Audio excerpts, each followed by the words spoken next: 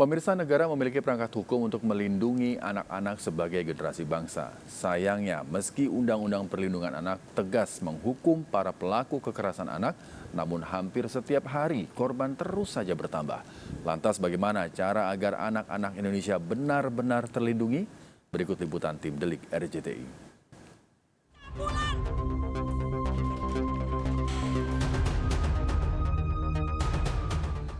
Maraknya kasus kekerasan seksual anak terus menjadi keresahan bagi para orang tua, terlebih hal ini juga diperparah dengan banyaknya kasus-kasus kekerasan seksual anak yang mandek. Proses hukumnya serta banyak stigma yang merintangi kelanjutan penanganan kasus tersebut. Sejumlah hambatan yang seringkali dihadapi dalam penanganan kasus-kasus kekerasan anak mulai dari proses penanganan yang berlarut-larut, intimidasi, hingga sulitnya pembuktian.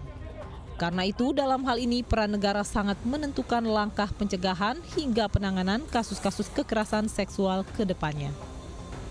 Tapi kalau negara tidak bisa serius untuk menangani ini, saya kira kerentanan-kerentanan ini akan menjadi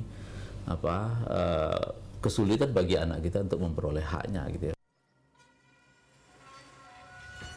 Faktanya, tak sedikit laporan kasus kekerasan seksual anak yang tidak tertangani secara maksimal. Bahkan tak jarang keluarga korban sendiri yang enggan melaporkan kasusnya. Selain cenderung berlarut-larut, tak jarang keluarga korban mendapatkan intimidasi hingga stigma negatif. Karena memang ada karakteristik tersendiri berkaitan tentang peristiwa-peristiwa kekerasan seksual kepada anak. Berkaitan misalnya tabu, malu, terkadang tidak mau mengungkapkan dengan segera. Ini yang memang harus kita kampanyekan berkali-kali begitu ada kekerasan-kekerasan seksual yang dilakukan oleh orang lain, orang dewasa termasuk orang di dalam keluarga tersebut. Seharusnya anak berani untuk mengemukakan.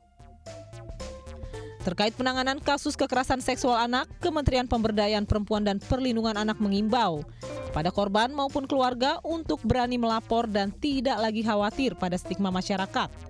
Sebab keberanian korban untuk mengungkapkan kasus yang dialaminya akan berperan besar dalam memutus mata rantai kekerasan seksual terhadap anak. Ini harus berani bicara. Kalau kita tidak berani melaporkan dan kita selalu menganggap bahwa kasus kekerasan tersebut, apalagi kekerasan seksual, ini adalah aib. Kasus berulang itu akan terus terjadi. Dan kita tidak akan bisa memberikan keadilan kepada korban dan tidak akan kita bisa memberikan efek jera kepada pelaku. Makanya akan menjadi penting korban, keluarga korban, siapapun yang melihat ketika ada kasus kekerasan, mari laporkan.